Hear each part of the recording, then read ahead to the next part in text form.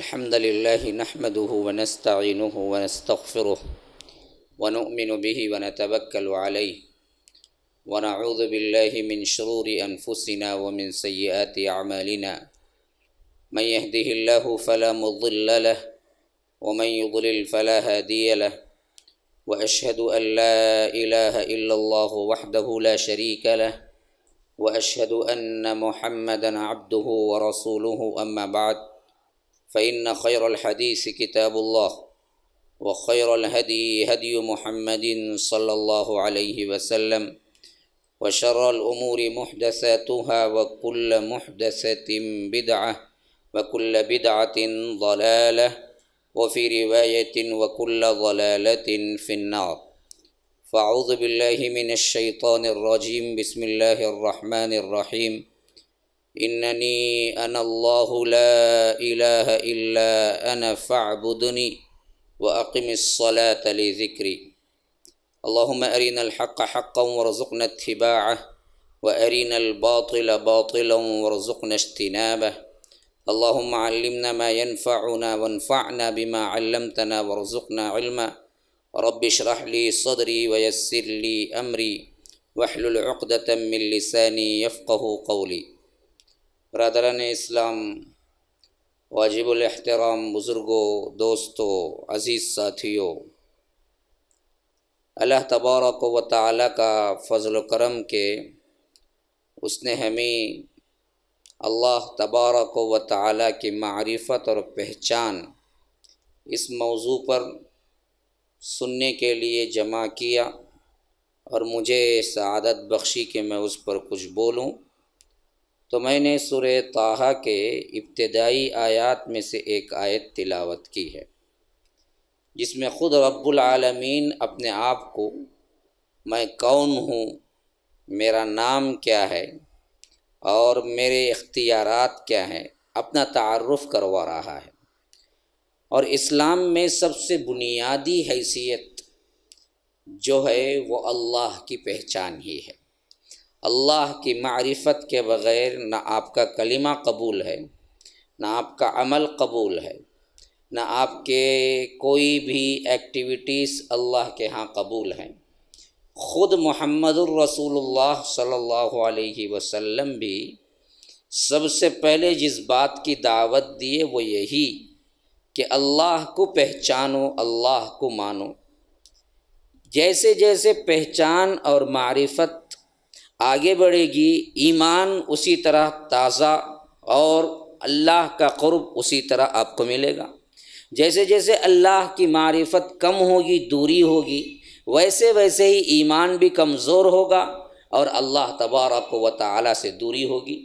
تو قرب کے تمام منازل میں سب سے اہم چیز اللہ تبارک و تعالیٰ کی پہچان، اور اس معاملے میں ایمان کو تازہ کرنے کے لحاظ سے سب سے بہترین چیز اللہ کی معرفت۔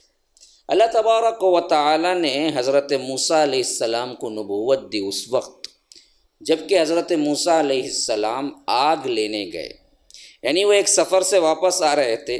واقعہ لمبا ہے لیکن میں کچھ ہنٹس آپ کو دے کے آگے بڑھ رہا ہوں کہ حضرت موسیٰ علیہ السلام مدین پہنچے، وہاں پر تقریباً 8 سے 10 سال تک رہے۔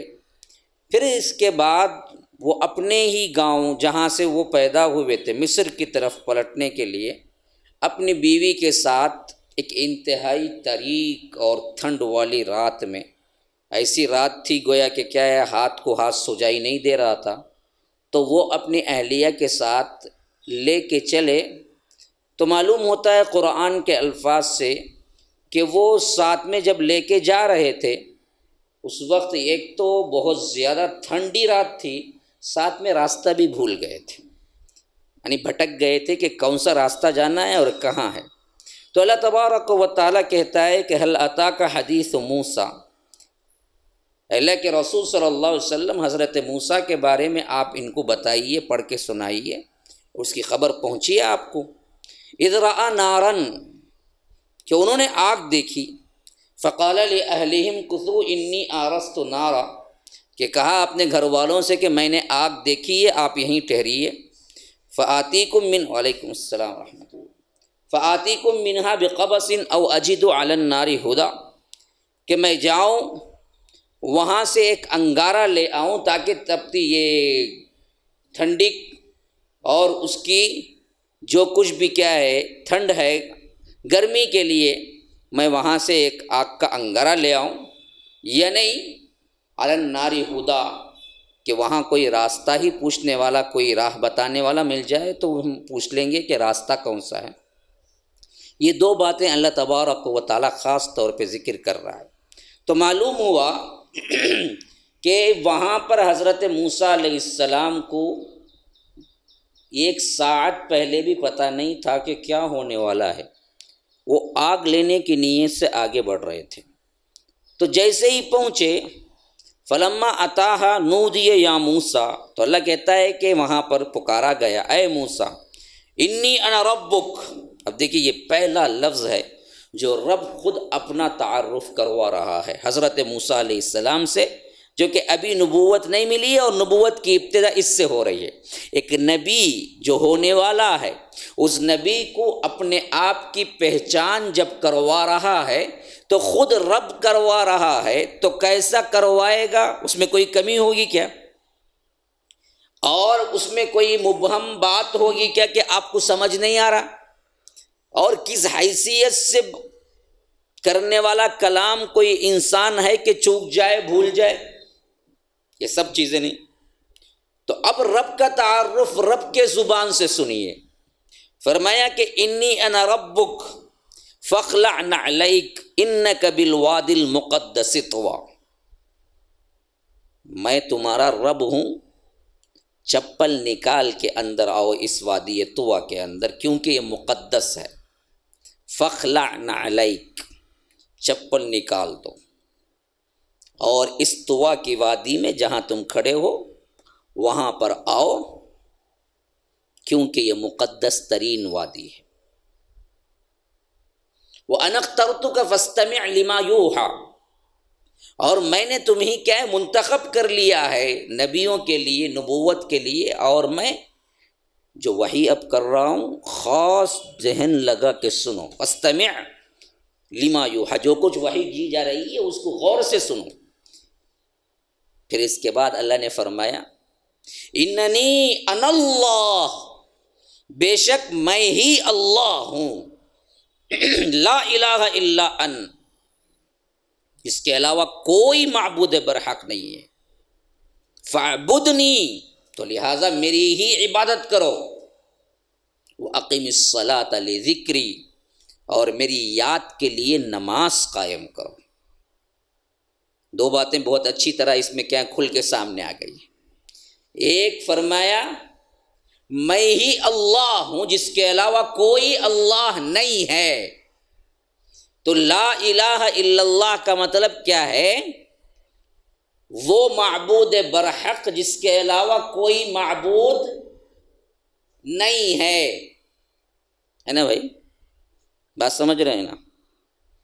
ایک رب کی حیثیت سے، اللہ کی حیثیت سے، عبادت کی حیثیت سے کوئی نہیں ہے سوائے اللہ کے۔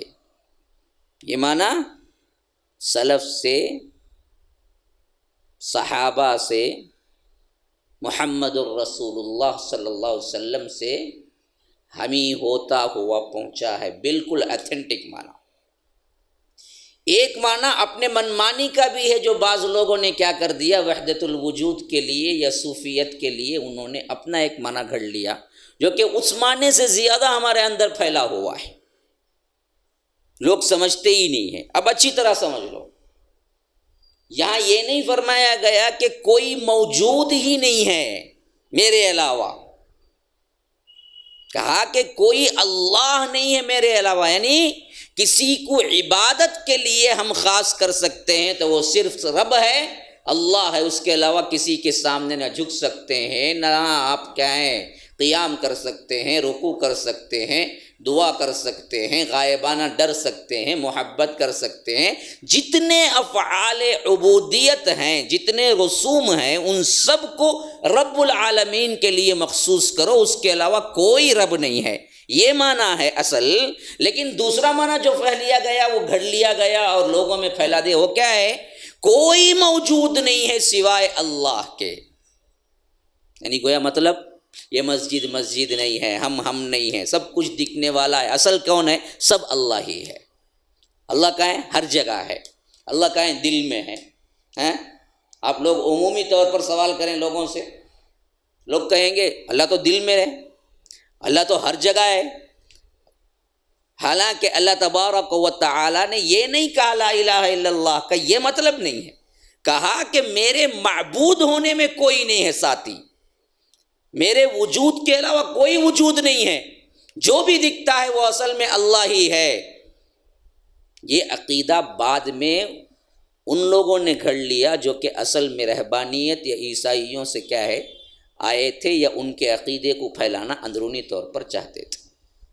دوسری بات جو اہم ترین آپ سے فرما دی گئی وہ کیا ہے؟ میری یاد اگر تمہیں آئے اور میرے یاد میں رہنا چاہتے ہو، میرے قرب میں اور میرا تعارف حاصل کرنا چاہتے ہو، تو اس کا سب سے بہترین ذریعہ نماز ہے۔ اب اللہ کے لیے بتائیے کتنے لوگ ہیں جن کو عبادت میں اللہ تبارک و تعالیٰ کا قرب حاصل ہوتا ہے؟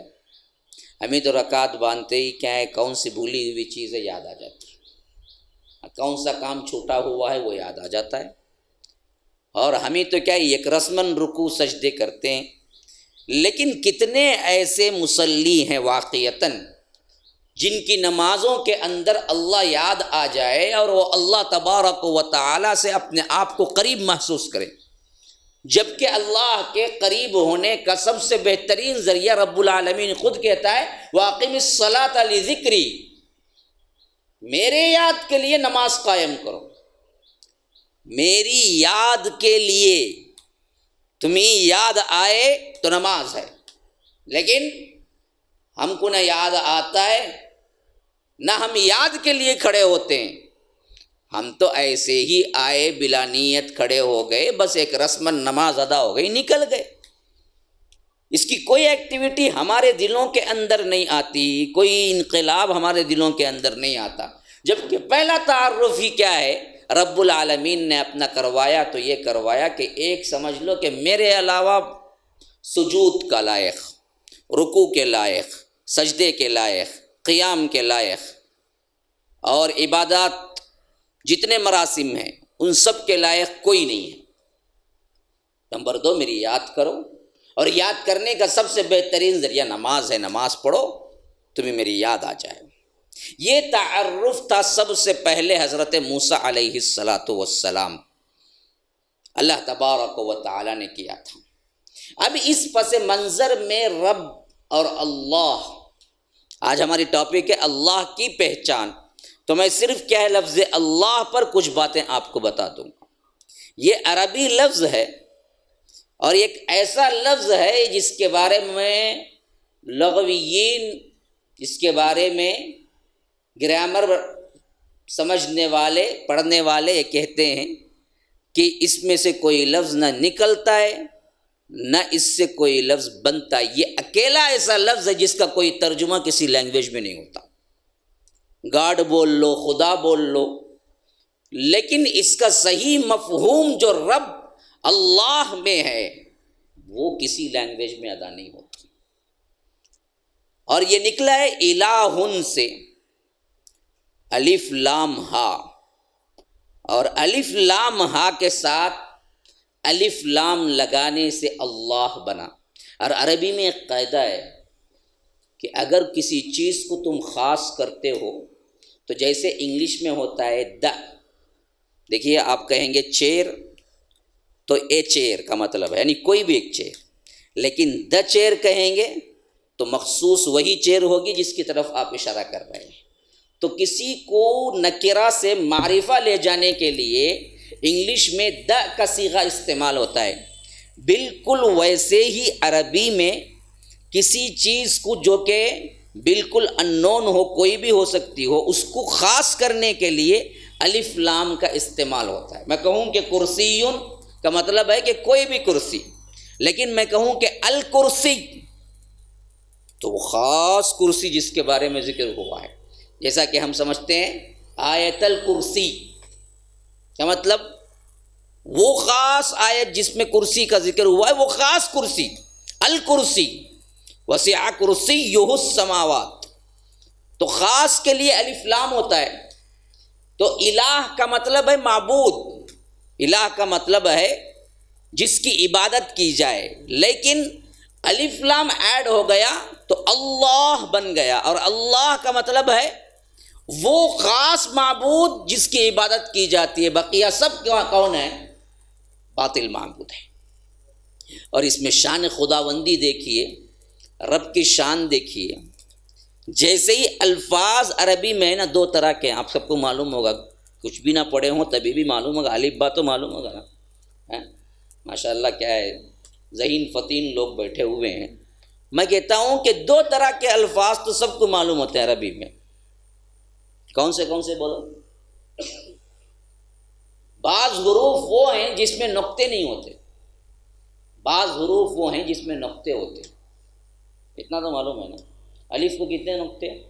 10 ہے نا؟ ہاں، الف کون سا ہے؟ نقطے والا ہے کیا؟ بھائی شک ہو گیا، نہیں معلوم؟ الف کو نقطہ ہی نہیں ہے، نہیں ہے۔ با کو نقطہ ہے نا؟ تا کو کتنے نقطے ہیں؟ سا کو 3۔ ماشاء اللہ بہت پڑھے لکھے ہوں، ماشاء اللہ سب حفاظ قرآن ہیں۔ تو اب دیکھیے یہاں پر جب نقطے والا حرف آ رہا ہے تو وہ نقطے کا محتاج ہو گیا نا۔ اب پاورفل لیٹر کون سا ہے؟ آپ عقل سے سوچو، جس حرف پہ نقطہ ہی نہیں ہے وہ پاورفل ہے، جس حرف پہ نقطہ ہے وہ پاورفل ہے جی، بغیر نقطے، کیونکہ نقطے سے ہی اپنی پہچان کروا رہا ہے تو وہ نقطے کا محتاج ہو گیا نا۔ جب تک آپ با کے لیے نیچے ایک نقطہ نہیں رکھیں گے بندے کو سمجھ نہیں آئے گا کہ اسے تا پڑھیں گے یا سا پڑھیں گے، جب آپ رکھیں گے تو تبھی معلوم ہوگا یہ با ہے۔ تو علماء مفسرین ماشاءاللہ دیکھیں، اللہ تعالیٰ ان کی قبروں کو نور سے بھر دے، کس طرح اللہ کے لفظ کو بھی ایک بہترین طور پر اس کی جلالت اور اس کے عظمت کے دلالت پر یہ اللہ کا لفظ منتہی ہوتا ہے۔ کیسے کہ فرمایا کہ ایسے الفاظ اللہ نے حروف منتخب کیے اپنے اللہ ہونے پر جس کے کسی حرف پر نقطہ نہیں ہے۔ الف کو نقطہ ہے؟ نہیں ہے۔ پھر دوسرا لفظ کیا ہے؟ لام، لام کو نقطہ ہے؟ نہیں ہے۔ تیسرا لفظ کیا ہے؟ ہا، ہا کو نقطہ ہے؟ نہیں ہے۔ اللہ کا لفظ خود اپنے لحاظ سے ایسے کلمات کو ڈھونڈا جو کہ حروف کے اندر نقطے کے بھی محتاج نہیں ہے، وہ اللہ ہے۔ اور ایسے ہی اپنے اسم سے ہی جیسے اپنے لیے منتخب کیا کہ نقطے والے نہیں، اپنے حبیب کے لیے بھی منتخب کیا تو کوئی نقطے والا حرف نہیں، محمد صلی اللہ علیہ وسلم۔ میم پہ نقطہ نہیں، ہا پہ نقطہ نہیں، میم پہ نقطہ نہیں، دال پہ نقطہ نہیں۔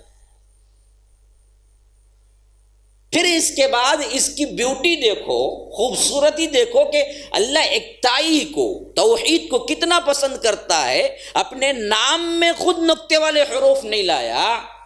اور ہمارا کلمہ کیا ہے؟ پڑھو، لا الہ الا اللہ، پورے کلمے میں بھی کوئی نقطہ نہیں،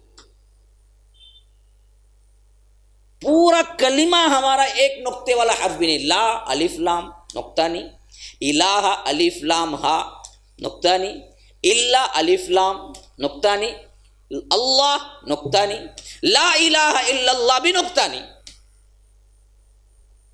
رب نے اپنے لیے خاص جب الفاظ کا کلمہ بنایا وہ بھی نقطہ نہیں، اور اپنے لیے خاص نام اسے بھی نقطہ نہیں۔ یہ ہے رب کی شان کہ وہ کسی کا کبھی محتاج نہیں۔ اپنے نام سے ہی رب نے بتایا، اپنے کلمے سے ہی رب نے بتایا کہ میں کون ہوں۔ ایک مرتبہ مشرکین مکہ اللہ کے رسول صلی اللہ علیہ وسلم سے جھگڑنے لگے کہ آپ جس کو مانتے ہیں اس کی کوئی تعریف تو ہو جائے، اس کا گھر کہاں ہے، اس کی بیوی بچے کہاں ہیں، یعنی ان کے خداؤں کے پاس اس کے خدا کے بیوی بھی تھے، بچے بھی تھے، اولاد بھی تھی، نسلیں چلتی تھی بلکہ تو انہوں نے کہا کہ آپ بھی بتلائیے آپ کا اللہ جو کہتے ہیں نا وہ کون ہے وہ؟ تو اللہ نے اپنا نسب نامہ گویا کہ کیا ہے اتارا سورہ اخلاص کی صورت میں، فرمایا کہ قل کہہ دیجئے اللہ احد، اللہ ایک ہے، اس کا کوئی کیا ہے رشتہ نہیں ہے کسی سے۔ اب دیکھیے اس میں بھی کیا ہے گنتی، اب آپ شروع کریں تو عربی میں ہوتا ہے واحد، اثنان، ثلاثہ، اربع، خمسہ، ستہ، سبع، ثمانیہ، عشر، یہ ایسا 19 ایسے واحد اثنان۔ اللہ نے یہ نہیں کہا کہ قل هو اللہ واحد، کیوں؟ واحد بولے تو اثنان ہوں گا، 2 بھی ہوں گے، ہے نا، واحد اثنان ثلاثہ اربع بڑھتے جائیں گے۔ تو اللہ نے اس کے لیے واحد کا لفظ استعمال نہیں کیا بلکہ کہا کہ احد۔ احد بولے تو کیا نہیں ہوتا، پھر اس کا تثنیہ بھی نہیں آتا، اس کا جمع بھی نہیں آتا، ایک ہے اللہ۔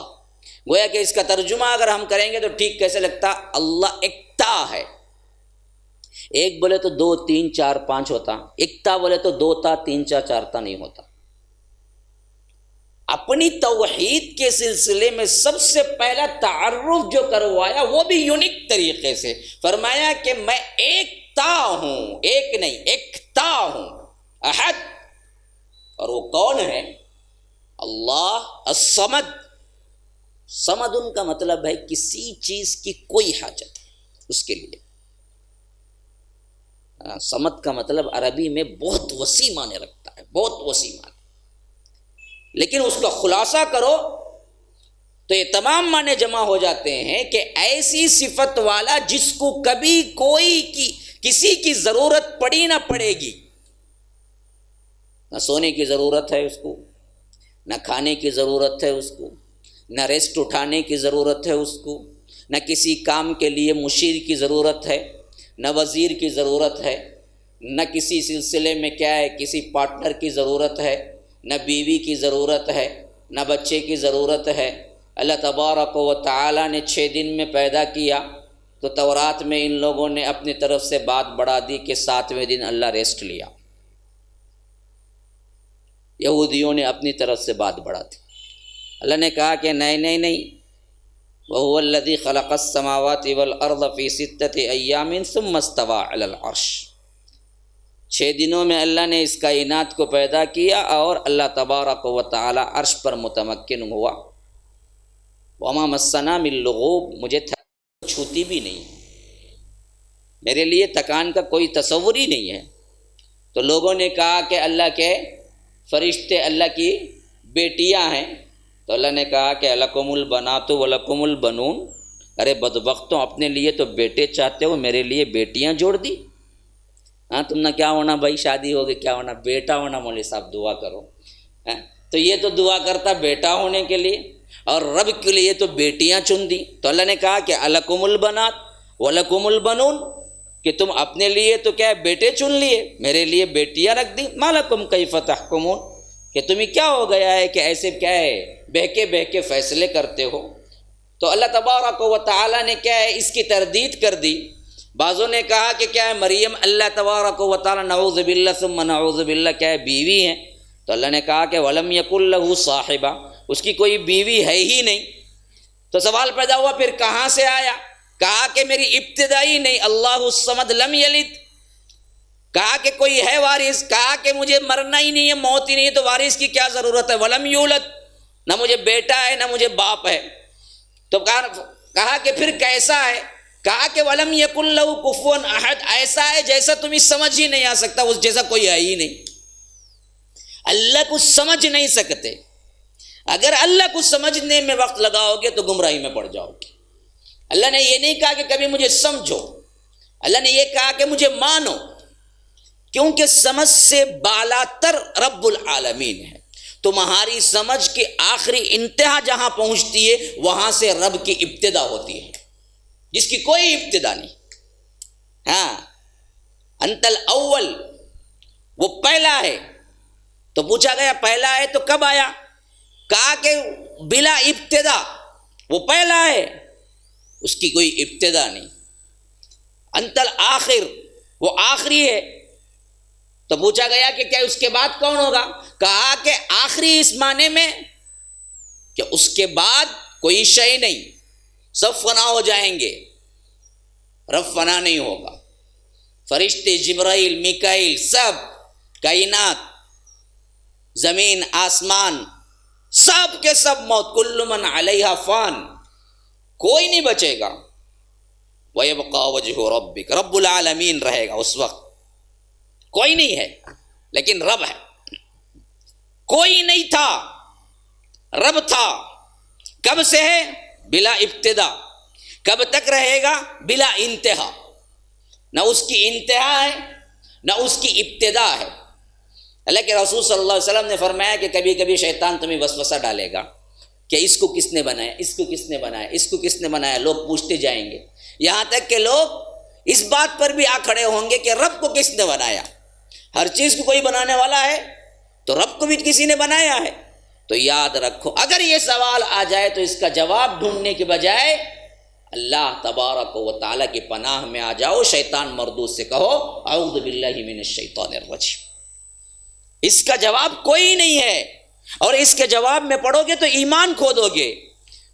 تو تمہیں پلٹ کے آنا ہے رب کی طرف کہ اللہ تیری پناہ میں آتا ہوں اس شیطان کی وجہ سے جس نے مجھے یہ وسوسہ ڈالا تھا.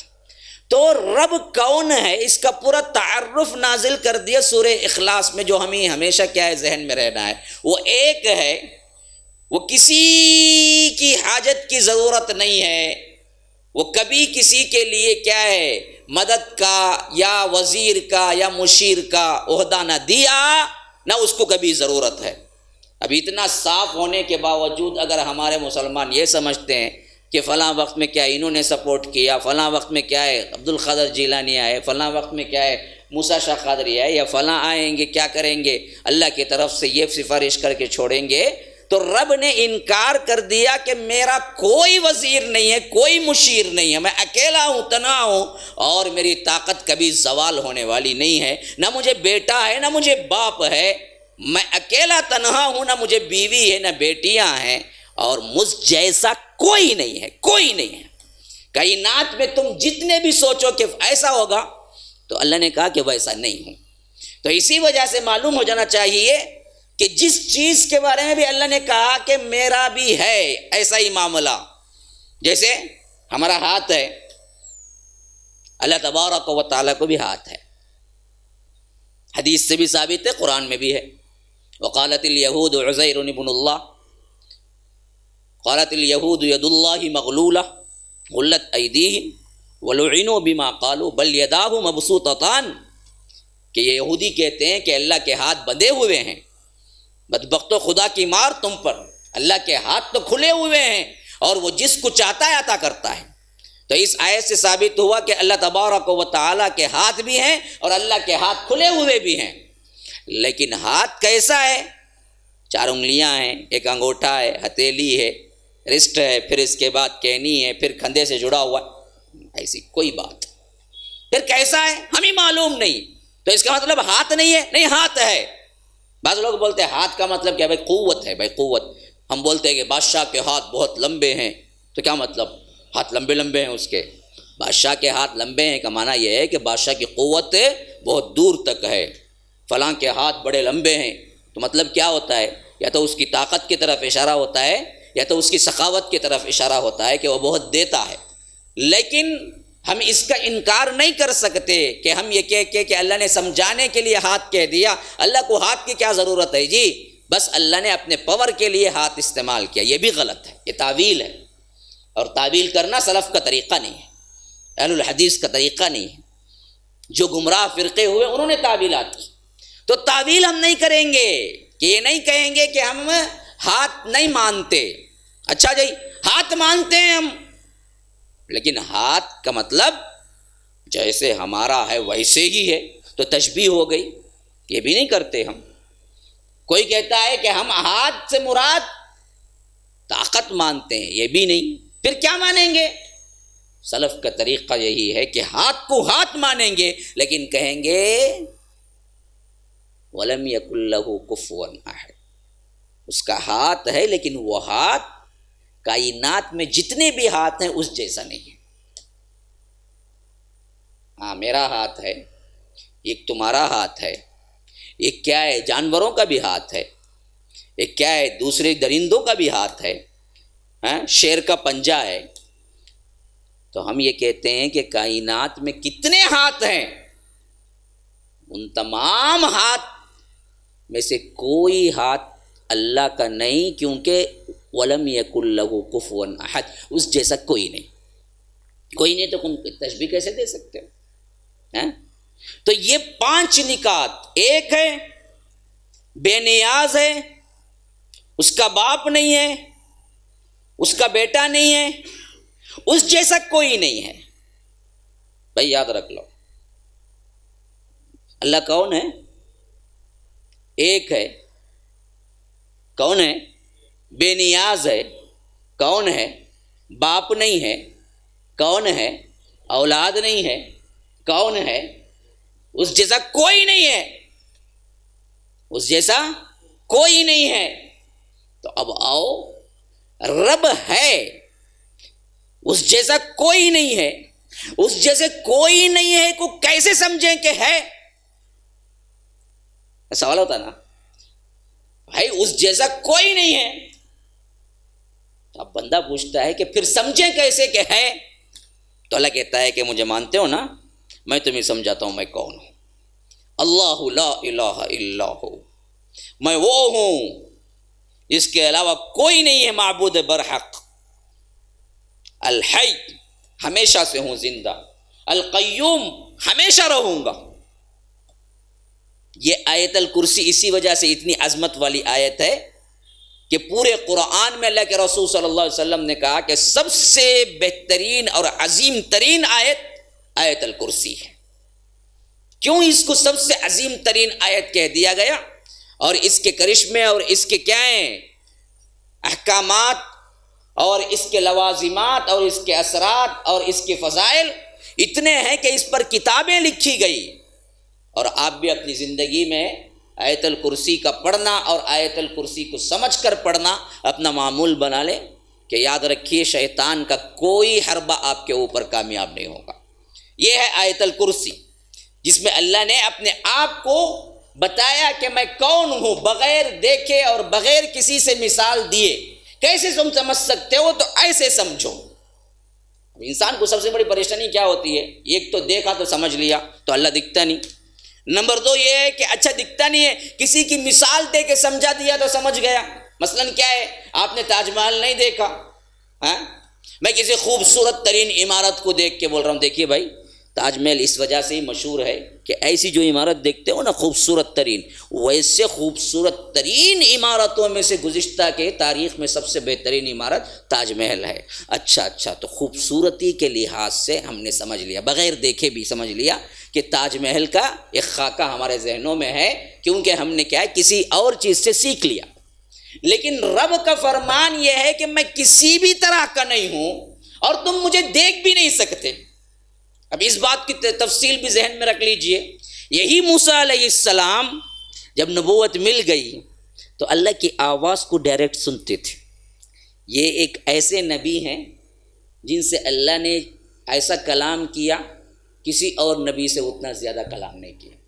اللہ تبارک و تعالی نے اللہ کے رسول صلی اللہ علیہ وسلم سے بھی کلام کیا، لیکن کیا ہے معراج کے وقت اللہ نے براہ راست کلام کیا، ایک دفعہ کا ذکر معلوم ہوتا ہے۔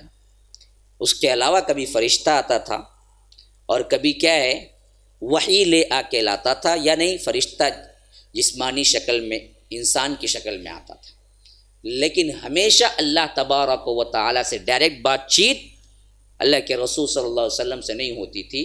ہاں حضرت موسیٰ کو وہ چیز اللہ نے عطا، وَكَلَّمَ اللَّهُ مُوسَىٰ تَكْلِيمًا، اللہ نے ان سے بات کی جس طرح بات کی جاتی ہے، اور اللہ نے کہا کہ میں نے خود چن لیا اصطفیتک برسالاتی و بکلامی، اللہ نے بات کرنے کے لیے تمہیں چن لیا.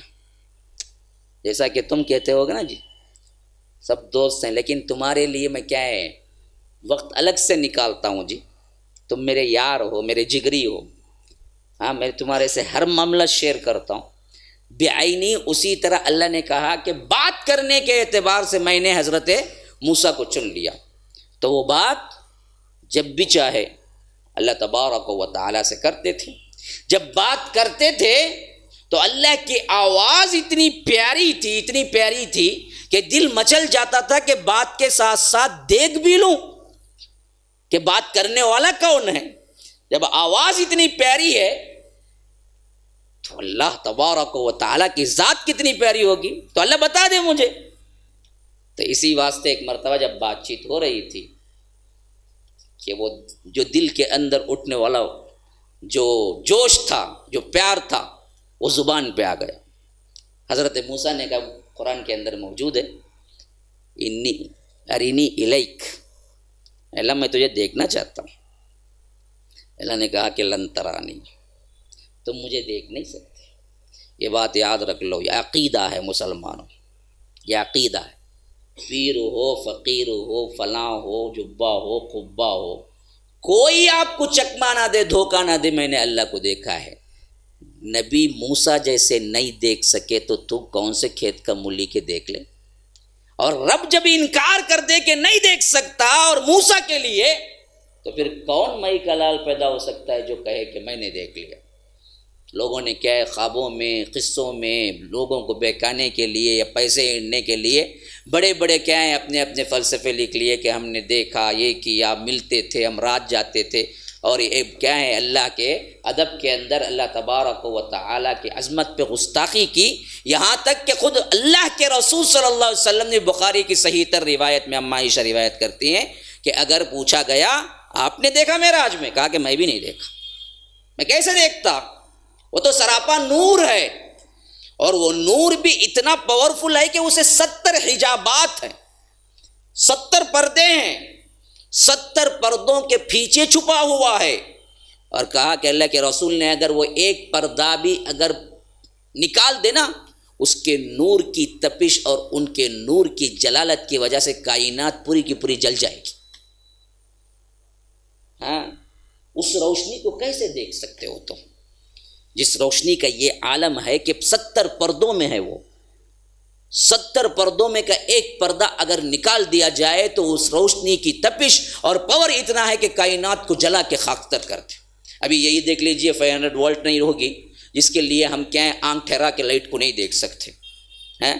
یہ تو 500 وولٹ کو نہیں دیکھ سکتے، 70 وولٹ کو نہیں دیکھ سکتے. کبھی کیا ہے 12 گھنٹے کی سورج پہ آپ نظر لگا کے دیکھنے ہوگا، حالانکہ وہ 9.5 کروڑ میل دور ہے. معلوم ہے آپ کو زمین سے سورج کتنے دور میل ہے؟ 9.5 کروڑ میل دور ہے. 9.5 کروڑ میل دور یہاں سے زمین سے. اتنی دوری پہ رہتے ہوئے اس کی روشنی کو تم اپنے آنکھوں کو ٹھہرا کے نہیں دیکھ سکتے، جبکہ رب کی روشنی ہزاروں سورج، ہزاروں چاند کی روشنی بھی ہم مثال ہی نہیں دے سکتے. ویسی روشنی کو کون دیکھ سکتا ہے؟ اسی لیے اللہ کے رسول نے فرمایا کون دیکھ سکتا ہے اس کو، وہ تو 70 حجابات کے اندر ہے. تو اللہ نے صاف کہہ دیا کہ لن ترانی، آپ مجھے نہیں دیکھ سکتے. لیکن وہ خواہش تھی نا، وہ اندر مچل رہی تھی حضرت موسیٰ.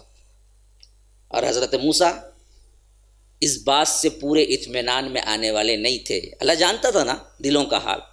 تو اللہ نے ایک دوسری شرط لگا تھی، کہا کہ اگر دیکھنا ہی ہے وَلَكِنِ انظُرْ إِلَى الْجَبَلِ، تو دیکھیے وہ ایک پہاڑ ہے، وہاں دیکھو جو تمہارا سامنے کا پہاڑ نظر آ رہا ہے.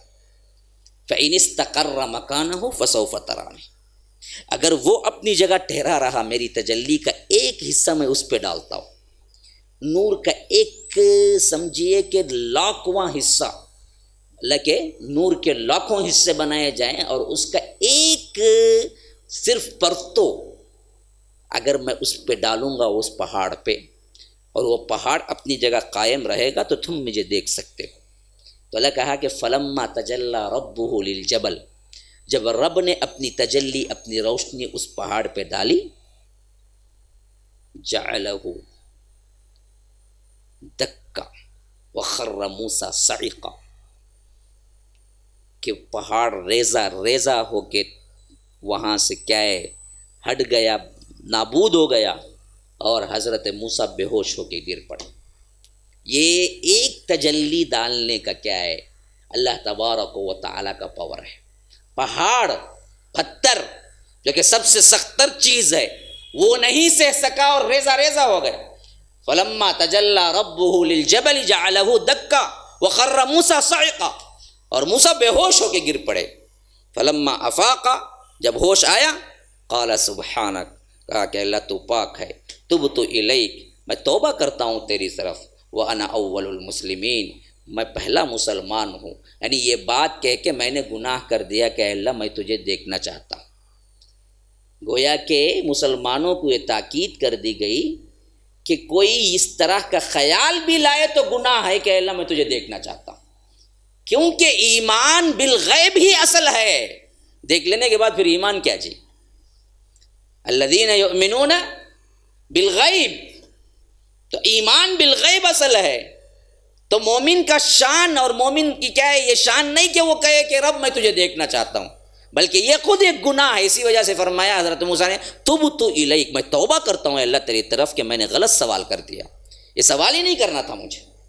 تو یہ جتنے چکمے دیتے ہیں لوگ کہ میں نے دیکھ لیا، یا میں کیا ہے دکھا سکتا ہوں، فلاں پردے میں آؤ، فلاں نور میں آؤ، رات میں آؤ، دن میں آؤ، یہ کھا کے آؤ، وہ کھا کے آؤ، سب پیسے کا معاملہ ہے۔ مسلمانوں یاد رکھو، کسی نے نہیں دیکھا ان آنکھوں سے، ہاں اللہ ان مومنین کو جو جنت جائیں گے دکھائے گا، اور اس وقت یہ آنکھ نہیں ہوگی، وہ پاورفل آنکھ اللہ دے گا جو اللہ کو دیکھ سکیں گے۔ ہاں، وجوہ یومئذ ناظرۃ الی ربہا ناظرہ، بعض چہرے وہ ہوں گے جو تر و تازہ ہوں گے، اپنے رب کے جلوے کو دیکھ رہے ہوں گے۔ سبحان اللہ، اللہ ہم سب کو اس میں سے بنائے۔ تو ہم سب دیکھیں گے انشاءاللہ ضرور بالضرور، لیکن اس دنیا میں نہیں، اس دنیا میں جہاں پر اللہ تبارک و تعالی اس کا پاور بخشے گا۔ تو فرمایا کہ الحی القیوم، وہ زندہ ہے، وہ ہمیشہ کے ساتھ زندہ ہے، ہمیشہ رہے گا، نہ ابتدا ہے نہ انتہا ہے۔ لا تأخذہ سنہ، وہ کون ہے جس کی مثال کی ضرورت نہیں ہے، پھر بھی تم جان لے سکتے ہو کیسا ہے۔ اسے کیا ہے، اونگ ہی نہیں آتی۔ نیند آنے سے پہلے کیا آتی بھائی انسان کو؟ اونگ آتی۔ اونگ ہی نہیں آئی تو نیند کہاں سے آئیں گی؟ تو اسی لیے فرمایا کہ لا تأخذہ سنۃ، اسے اونگ ہی نہیں آتی ہے، ولا نوم، نہ نیند آتی ہے، نہ نیند ہے نہ اونگ ہے۔ ہم 10 گھنٹے کام کرے تو کیا ہے، ہاں کھولنا شروع کر لیتے، اس کے اوپر اور زیادہ ڈالے تو ہاتھ پڑ سو جاتا ہوں۔ یہ ہمارا معاملہ۔ رب کا معاملہ کیا ہے؟ وہ ایسی طاقت والا ہے کہ اس کے لیے نہ نیند ہے نہ اس کے لیے کوئی اونگ ہے۔ تو اللہ کو جب نیند بھی نہیں ہے، اونگ بھی نہیں ہے، اور وہ پورا کیا ہے، ہمیشہ زندہ ہے اور دیکھ رہا ہے، تو پھر کائی کو کالے شاہ ولیہ کو دیکھتے ہم نا۔ اب تمہیں دکان میں اچھا ہٹے کٹے سنبھال لے گوئی، پورا سپر مارکیٹ خود دیکھ لے گوئی، تمہیں کیا ہے نہ بیمار پڑے نہ تمہیں ہاسپٹل جانے کی ضرورت پیش آئی، تمہیں ہٹے کٹے صحت مند ہی، تو تمہارے دوست کو کائی کو بٹھائیں گے غلے میں، تو بیٹھ با بول کو دیوانہ پاگل کیا بٹھائیں گا؟ ہاں جی، تمہیں خود چیک سکتے ہیں سب کچھ، تمہیں خود چلا سکتے ہیں، تو اس وقت اسسٹنٹ کائی کو مانگتا انسان کو؟ کبھی نہیں مانگتا۔ انسان کو کب مانگتا؟ بیٹھا ہے 1 گھنٹہ ہوا 2 گھنٹہ ہوا، ادھر سے کیا ہے چائے منگاتا، پانی منگاتا، یہ پیتا وہ پیتا، اب پیا تو جانا چنا، سسٹم ویسا، کون سا بڑے سے بڑا کیا ہے آسمان سے اترا ہے سبھی، میں کھایا تو خالی ہوا بن کو اڑ جاتا، بھائی مجھے جانے کی ضرورت نہیں پیش آتی۔ ایسا کون بھی ہے کیا انسان نے؟ کوئی بھی نہیں۔ کھایا تو جانا، پیا تو جانا۔ اب بولتا دوست کو بابا میں جا کو آتا ہوں 5 منٹ بیٹھ بغل لے پو ذرا ارجنٹ ہے، جا کو آتا، تو ارجنٹ اللہ کو ہے کبھی؟ نعوذ باللہ۔ اللہ کیوں دے کسی اور کو اختیار جبکہ وہ خود کر سکتا ہے سب کچھ؟ یہ تو سوال ہے، یہ نہیں سمجھ سکتے ہمارے لوگ۔ ہمارے مسلمان بھائی اتنا معمولی سوال نہیں سمجھتے کہ اللہ نے اس کو بچے دینے کا اختیار دے دیا، اس کو ایگزام میں پاس کرنے کا اختیار دے دیا، اس کو کیا ہے ہمارے بزنس میں بڑھاوا دینے کا اختیار، یہاں جاؤ بھائی، وہاں شکر چاٹو، وہاں گرو، وہاں لڑو، وہاں یہ کرو، یہ کام ہو جائے۔ اگر یہ اللہ کو دینا ہی تھا تو اللہ کمزور ہے یہ ثابت کرو۔ پھر تم خود نہیں دو گے نا جی، جب تمہارے پاس اختیار ہوگا، صحت مند ہوگے، کوئی ضرورت نہیں ہوگی، تم دیتے کسی کو، پاپڑ ہو جانا انہیں، روز اٹھ کو جا کو بھاگ کو آنا اپولو کی پولو، تب بولتا بیٹے کو جا با جا کو بیٹھ، تب تک بیٹے کو ہی بولتا نہیں انہیں، میں جاتا ہوں تھا، میں ہی میرا بزنس ہے، میں دیکھ لوں گا بھائی، اللہ مجھے اچھا کھاتا پیتا رکھا ہے، میں کہیں کسی کو دیوں بولتا۔ انہیں جب کمزور پڑتا تب بھی اس کی اولاد یاد آتی اسے، ورنہ اولاد تک کو اندر داخل نہیں کرتا، میرا بولتا۔ تو جب رب کے لیے کوئی کمزوری ہی نہیں ہے تو وہ کیوں اپنی حکومت میں دوسروں کو شریک کرے کہ بھائی میں بچے دیتے دیتے اب تھک گیا، لوگوں کو میں معلوم نہیں، بیٹا دینے کی جگہ بیٹی دے ڈالتا ہوں، بیٹی دینے کی جگہ بیٹا، بڑا کنفیوژن ہے، آج سے تمہیں اٹھا لو، پورا تمہیں دیکھ لو۔ اللہ کو ضرورت پڑی کبھی نہیں، کبھی تم دیکھے کیا مرغی میں سے کیا ہے چوزا نکلنے کی جگہ ہاتھی نکل گیا، ارے ارے بھول ہو گئی جی، ایک کتنے مرتبہ برابر دی، ایک مرتبہ بھول ہوگی چھوڑو نا، ایسا کبھی دیکھیں؟ کبھی ہوا؟ لاکھوں کروڑوں کتنے کیا ہے مرغی سے کیا ہے چوزے انڈا نکلتا ہے اور چوزا ہی نکلتا ہے، کبھی آپ نے دیکھا چوہا نکل گیا؟ کبھی کوئی غلطی دیکھے اس کے پاس غلطی ہے ہی نہیں، تو پھر تم کیوں ایسے لوگوں کے پاس جاتے ہو جن کی سراپا غلطیاں ہی غلطیاں ہیں، بندے ہیں وہ۔ تو فرمایا لا تأخذہ السنہ ولا نوم، ابھی 10 منٹ بولوں گا بھائی، نیند آئی تو بھی پکڑ لے کو بیٹھ کو سننا تمہیں، یہ تو میرا 1 گھنٹے کا پروگرام تھا، 4:30 کو شروع کیا اور ایک 10 منٹ کے تبھی ذرا سنبھال کو بیٹھو، لیکن میں انشاءاللہ کیا ہے آپ کو پورا خاکہ دوں گا، ہاں، تو آپ کے ذہن میں پہچان کے ساتھ ساتھ اللہ کو کیسے ماننا ہے یہ بات آ جائے گی۔ شیطان بھی اندر سے کیا ہے بہت کوشش کرے گا آپ کو سلانے کی، تو آپ کیا بولیں کہ انشاءاللہ کیا ہے بات ہوں، سونے کے لیے رات اللہ نے رکھا ہی ہے، اب ذرا مجھے سننے کے لیے دے دے، اعوذ باللہ من الشیطان الرجیم پڑھ کے بیٹھ جاؤ، پھر آتا نہیں انہیں قریب، اسے ڈر کیا ہے، انہیں کہاں پڑھ ڈالتا کہ وہ بول کو، ہم نہ کیا مسئلہ ہے، ہمیں پڑھتے نہیں، ایک مرتبہ پڑھے تو اسے کیا ہے 10 مار مارے سر کا، انہیں کیسا آتا پھر؟ تو یہ چیز اتنی پاورفل ہے کیونکہ دکھتا نہیں نا، دکھائے گا تبھی تلوار گلوار لگ ماریں گے، دکھاش نہیں نا، ایسا دشمن نا، اب ویسے دشمن سے کیا ہے، اللہ سے جب پناہ مانگ لیے شیطان چوٹی کی طرح بھاگ جاتا، روتا پلاتا بھاگتا، وہ بھی کیا کام کرانا بات تو، سب سے جو پاورفل ہے اسی سے مانگ لیا، اب میرا کیا ہے، جیسا تو بندہ ہے میں بھی اس کا بندہ ہوں، ہے نا، اللہ نے پیدا کیا، بس اللہ نے اسے چیلنج کے طور پر، ہمیں آزمانے کے طور پر اسے اختیار دیا، بس اتنا ہی ہے، ورنہ تو وہ حقیر کیڑا ہی ہے۔ تو غرض کے میں بتا رہا تھا کہ پہلی چیز جو ہے اللہ تبارک و تعالی کون ہے، اسے نیند بھی نہیں ہے، اونگ بھی نہیں ہے، لا تأخذہ سنۃ ولا نوم، اچھا اس کا اختیار کیسا ہے، وہ کیسا بادشاہ ہے؟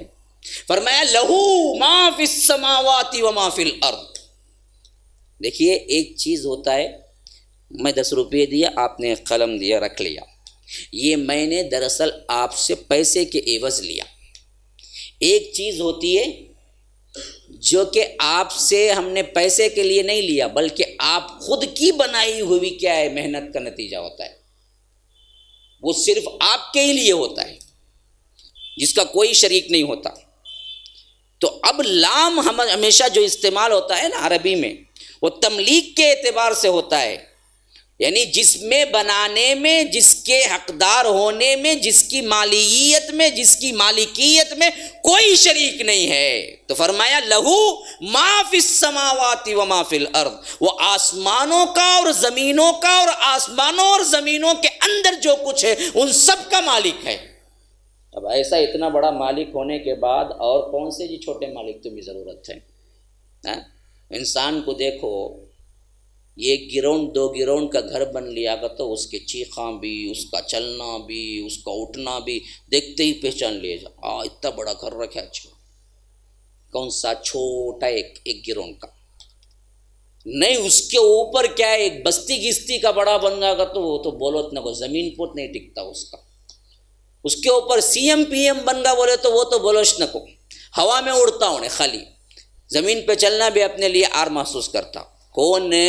وہ بھی لوگاں پسند کر کو اوٹ دل کو 5 سال کو بنائے سو میں اسے اتنا کیا ہے جوش، جو رب کائنات کو بنایا اور کائنات کو بغیر کسی سہارے کے بنایا، بغیر کسی مدد کے بنایا، اور یہ پوری کائنات اسی کے قبضے قدرت میں ہے، خواہ وہ زمین ہو آسمان ہو، آسمانوں اور زمین کے اندر ہو۔ جب وہ تمہارا ہوگا تمہیں کس کے پاس جانے کی ضرورت ہے؟ اس کو منا لو، وہ اختیار کل رکھتا ہے۔ آن کی آن میں ہزاروں سیکنڈ کے 1000ویں حصے میں کائنات کو پورے کے پورے توڑ پھوڑ کے رکھ سکتا ہے، کائنات کو پھر بنا بھی سیکنڈ کے 1000ویں حصے میں کر سکتا ہے۔ وہ اپنی قدرت کا آپ نمونہ ہے، اس کے علاوہ کوئی اس کا شریک نہیں ہے، کوئی اس کا سہیم نہیں ہے۔ ملکیت اس کے ہاتھ میں ہے، خواہ وہ زمینوں کی ہو خواہ وہ آسمانوں کی ہو، ہر جگہ اسی کا حکم چلتا ہے۔ آپ کائنات کے اندر کے جو کچھ بھی تنظیم ہے اس کو پڑھیں گے تو حیران رہ جائیں گے کہ رب کی کیا تنظیم ہے جس کی حیثیت سے کائنات چل رہی ہے۔ کسی کو دم مارنے کی بھی مجال نہیں ہے۔ کئی مواقع پر کیا ہے ایسے ٹکراؤ کے نوبت آتے ہیں فضاؤں کے اندر، جو کہ آپ کو ایسے لگتا ہے سائنسداں حیران بیٹھے ہوتے ہیں کہ اب یہ سیارہ اس سیارے سے ٹکرائے گا، لیکن بالکل ایک لمحے کے فاصلے پر سے وہ گزر جاتا ہے۔ ابھی خسوف کی نماز ہم نے پڑھی، قمر چاند گرہن کی، اس سے پہلے سورج گرہن۔ یہ کیا ہوتا ہے معلوم ہے؟ سورج اور چاند گرہن ہوتا کیا ہے؟ سورج اور چاند گرہن ہوتا کیا ہے؟ تو یاد رکھیے، کبھی چاند سورج اور زمین کے درمیان کھڑے ہو جاتا ہے، کبھی سورج چاند اور زمین کے درمیان آ جاتا ہے تو اس کو چاند گرہن اور سورج گرہن بولتے ہیں، جو کہ پکا موقع ہوتا ہے کہ دونوں کا ٹکراؤ ہو جائے، لیکن اس وقت پتہ نہیں کس کا حکم ہوتا ہے اس چاند اور سورج کو کہ ٹکرانا نہیں۔ ابھی وہ وقت نہیں آیا جب ٹکرا کے تمہیں کیا ہے قیامت لانے کا حکم ہو، تمہیں سیدھے چل جانا ہے۔ تو وقت مقررہ پہ اپنے آپ ہی وہ آگے پھر بڑھ جاتا ہے۔ ہر سیارہ اپنے آپ میں کیا تیر رہا ہے، اور اس کو معلوم ہے کہاں سے اس کو گزر جانا ہے، سرموئی انحراف نہیں کر سکتا۔ اللہ کہتا ہے للشمس ينبغي لها ان تدرك القمر ولا الليل سابق النهار۔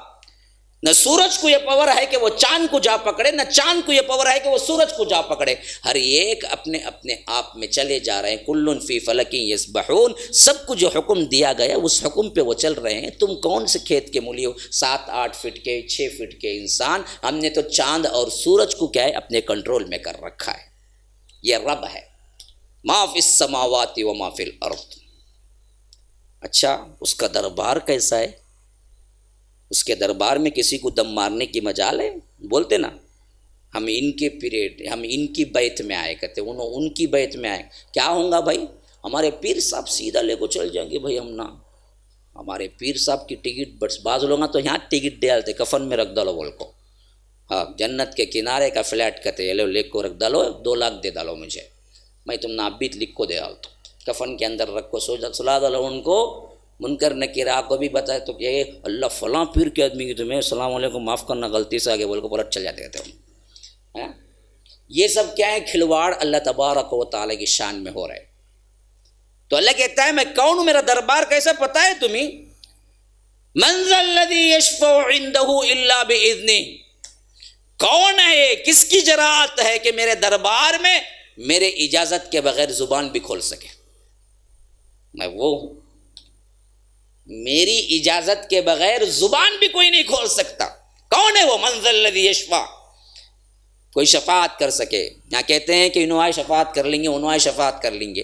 اللہ پوچھا کون ہے میری اجازت کے بغیر شفاعت کر سکے؟ کوئی نہیں ہے۔ یعلم ما بین ایدیہم وما خلفہم، آگے پیچھے کیا ہونے والا ہے سب کچھ جانتا ہے، اس کے لیے غیب کوئی غیب نہیں ہے۔ جس طرح آپ دن کے 12 گھنٹے میں اپنے ہتھیلی پہ کوئی سکہ رکھ کے دیکھ سکتے ہیں رب العالمین رات کے اندھیرے میں، ویسے ہی پوری کائنات کو دیکھتا ہے۔ تمہارے 12 گھنٹے کے سورج چمکتے ہوئے ہتھیلی پہ رکھا ہوا سکہ دیکھنے میں تمہیں چوک اور بھول ہو سکتی ہے، رب کو 12 گھنٹے کی کیا ہے رات میں بھی پوری کائنات کو دیکھنے میں کبھی کوئی بھول اور چوک نہیں ہوتی۔ یہ رب ہے۔ ما بین ایدیہم وما خلفہم ولا یحیطون بشیء من علمہ، اس کا علم ایسا ہے کہ تمام پر گھیرا ہوا ہے، اس کے علم سے ہٹی ہوئی کوئی چیز نہیں ہے، اس کے علم کے بغیر کچھ نہیں ہوتا کائنات میں، حتیٰ کہ پتا ہلتا ہے وہ بھی اجازت لیتا ہے پہلے رب سے کہ میں حرکت کر سکتا ہوں، جب اس کا حکم ہوتا ہے تو حرکت کرتا ہے۔ وما تسقط من، اب ذرا اندازہ لگائیے، میں آپ کو چیلنج دیتا ہوں 24 آورس آپ ایک درخت کے سامنے کھڑے ہو جائیں اور پتے گننا شروع کریں، پورے 24 آورس میں آپ اندازہ نہیں لگا سکتے اور مجھے نہیں بتا سکتے کہ اس درخت میں پتے کتنے ہیں، خواہ تم پورا دن لگا دو، ایک درخت کے پتے تم نہیں گن سکتے۔ رب کہتا ہے کہ کائنات میں کتنے درخت ہیں اور اس کے جتنے پتے ہیں وہ سب میری اجازت سے حرکت کرتے ہیں، ہلتے ہیں، گرتے ہیں، اور نہ تو نہیں گرتے۔ کروڑوں کروڑ۔ یعلم ما بین ایدیہم وما خلفہم ولا یحیطون بشیء من علمہ الا بما شاء، اللہ کے علم کے بغیر کوئی چیز رونما نہیں ہوتی، وہی جو رب خود حکم دیتا ہے۔ وسع کرسیہ السماوات والارض، اس کی کرسی جس پہ عرش ہے کتنی بڑی ہے معلوم؟ پورے 7 آسمانوں کو اور زمینوں کو گھیرے ہوئے، خالی اس کی کرسی آسمان اور زمین کو گھیرے ہوئے ہے تو عرش کتنا بڑا ہوگا؟ کرسی پہ عرش ہے۔ اللہ کے رسول صلی اللہ علیہ وسلم نے فرمایا، تمہیں معلوم، ایک مرتبہ بیٹھے بیٹھے صحابہ اللہ کے رسول نے پوچھا صلی اللہ علیہ وسلم، یہ آسمان اور زمین درمیان میں کتنا فاصلہ ہے تمہیں معلوم ہے؟ صحابہ نے کہا کہ اللہ و رسول عالم، اللہ کے رسول آپ بہتر جانتے ہیں، ہمیں کیا پتہ۔